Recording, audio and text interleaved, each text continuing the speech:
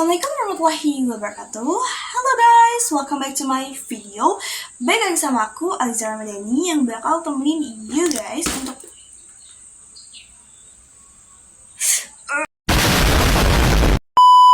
Oke guys, jadi kali ini kita bakal materi baru. Ya, seperti biasanya videonya akan selalu menarik karena materinya pun menarik gitu ya.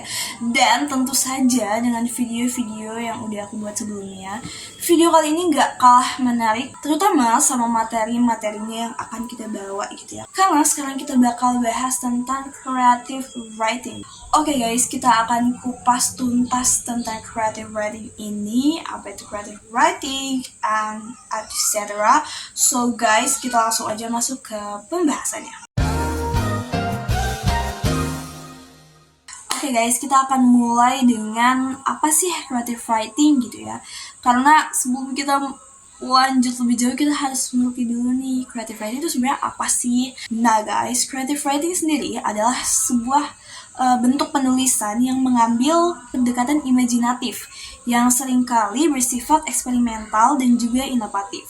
Nah guys, creative writing ini berbeda dengan penulisan akademis, teknis, dan juga berita yang biasanya berbasis fakta ya. Jadi creative writing ini mencakup berbagai genre dan gaya, termasuk fiksi, puisi, drama, dan juga non-fiksi kreatif gitu. Nah, untuk creative writing ini biasanya tuh lebih dominan menggunakan bahasa-bahasa yang lebih kaya dan juga deskriptif, atau mungkin kita bisa bilang puitis kayak gitu-gitu ya.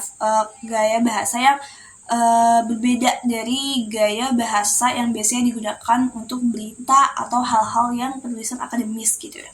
Oke, sekarang kita lanjut ke tahap-tahap creative writing.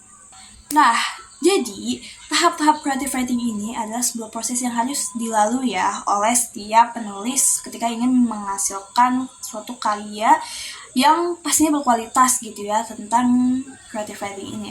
Jadi yang pertama itu adalah pra-penulisan atau sebelum penulisan gitu. Jadi penulis ini bagaimana cara penulis merencanakan, menyiapkan, dan mengumpulkan bahan, cari informasi dan lainnya untuk menulis. Nah, yang kedua ini adalah tahap inkubasi. Nah, tahap inkubasi itu yaitu ketika seorang penulis memproses ide dan bahan tulisannya ini untuk dijadikan jalan cerita gitu. Nah, selanjutnya itu adalah tahap iluminasi.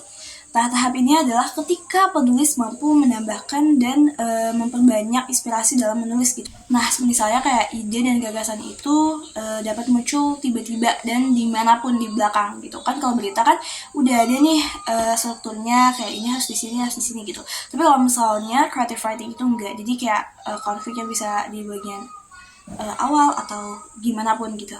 Nah, selanjutnya itu adalah tahap verifikasi atau evaluasi, yaitu ketika penulis melakukan pengecekan kembali terhadap jalan cerita gitu. Lalu yang terakhir itu adalah tahap publikasi, yaitu ketika penulis sudah menyelesaikan ceritanya, maka sudah siap untuk dipublikasikan. Oke guys, tapi sebenarnya hubungan creative writing dengan tulisan tuh apa sih? Jadi dijelasin bahwa hubungan creative writing dengan tulisan itu dibagi menjadi 4. Nah, diantaranya adalah yang pertama, teknik naratif.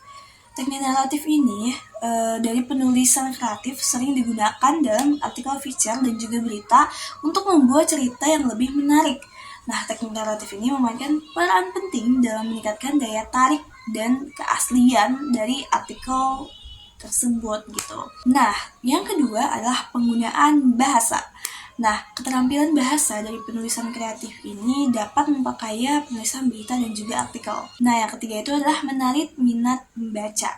Jadi kalau ini tuh lebih ke penulisan kreatif itu lebih fokusnya tuh sama menarik minat pembaca dan juga emosi pembaca gitu. Sedangkan kalau penulisan berita itu lebih fokusnya sama informasi yang ingin disampaikan gitu. Lalu yang keempat itu adalah struktur dan juga disiplin.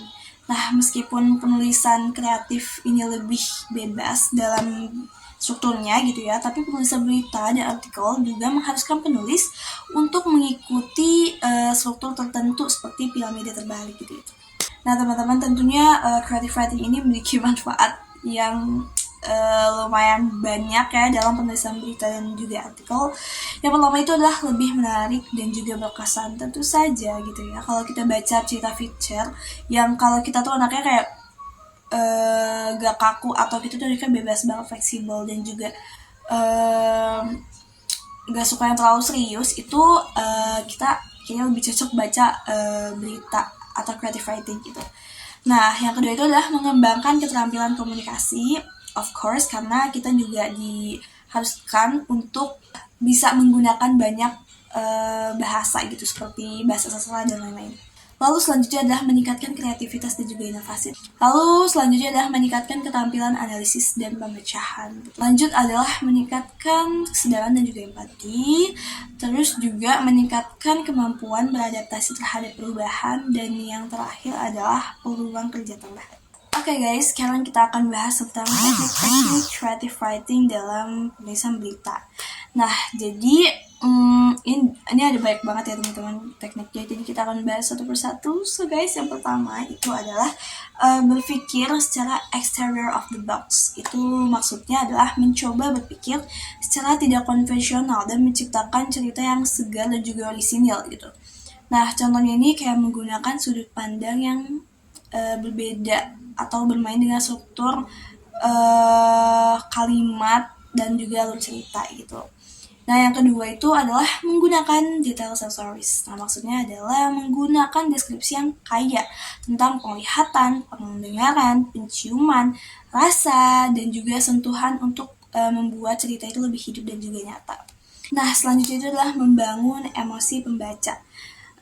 Caranya itu adalah dengan menggunakan berbagai teknik gitu ya, seperti pemilihan kata, terus juga plot, karakter, dan lain-lain, itu untuk membuat pembaca ini merasakan emosi, kebahagiaan, kesedihan, dan juga rasa yang akan kita sampaikan. Selanjutnya adalah menggunakan metafora dan juga simbolisme. Nah, ini tuh bertujuan untuk menggambarkan atau menciptakan dampak emosional atau estetika yang kuat dalam suatu berita gitu. Selanjutnya adalah menggunakan gaya bahasa yang unik. Lalu selanjutnya itu adalah menggunakan atentif, ya, yaitu ya untuk mengamati dan juga memperhatikan detail-detail kecil dalam suatu berita tersebut. Nah guys, jadi tadi aku udah jelasin tentang teknik-teknik penulisan creative writing dalam penulisan berita. Nah, sekarang aku bakal kasih tahu teknik-teknik creative writing dalam penulisan artikel. Oke, di antaranya ada 8, jadi aku bakal langsung kasih tahu aja. Yang pertama itu adalah pahami dulu isinya gitu ya, atau apa yang akan dibawakan gitu. Dan yang kedua itu adalah lead yang menarik. Nah, selanjutnya itu adalah penggunaan bahasa yang efektif. Lalu selanjutnya itu adalah struktur artikel. Dan selanjutnya itu adalah storytelling. Lalu yang keenam itu adalah keterampilan riset, yang ketujuh itu adalah revisi dan juga editing, dan yang terakhir atau yang ke-8 itu adalah etika penulisan. Nah, jadi gimana nih guys? Apakah teman-teman udah mengerti, paham betul, atau sebenarnya masih ada yang masih dibingungin nih?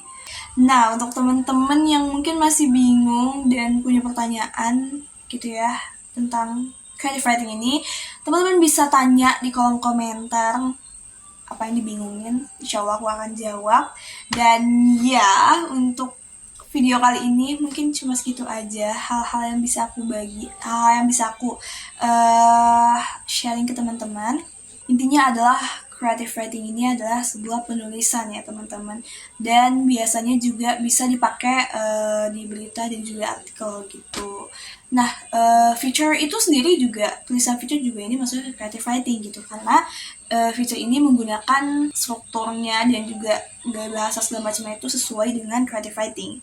Bahkan kalau teman-teman biasanya suka bikin status di WhatsApp gitu ya, itu juga bisa masuk ke creative writing gitu, kayak caption atau quotes-quotes yang lumayan puitis gitu ya, dan juga bahasanya kompleks gitu, itu juga masuk ke dalam creative writing. Dan dia mungkin segitu aja dari aku, karena video ini udah lumayan panjang. And thank you guys for watching, and don't forget to like, comment, and subscribe. Kita bakal ketemu di video selanjutnya. See you next time. Bye bye.